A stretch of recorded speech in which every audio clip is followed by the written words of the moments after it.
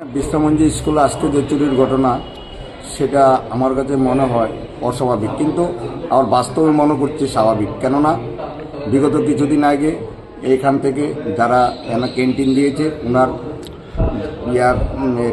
রাখা মালগুলো বারবার চুরি হতো। তখন থেকে যদি ইনিশিয়াল সিদ্ধান্ত নেওয়া হইতো যে কে বা কাহারা চুরি করে সেগুলোকে দৃষ্টান্তমূলকভাবে খুঁজে বার করতো, তাহলে বোধহয় আজকের এত বড় ঘটনা ঘটতো না।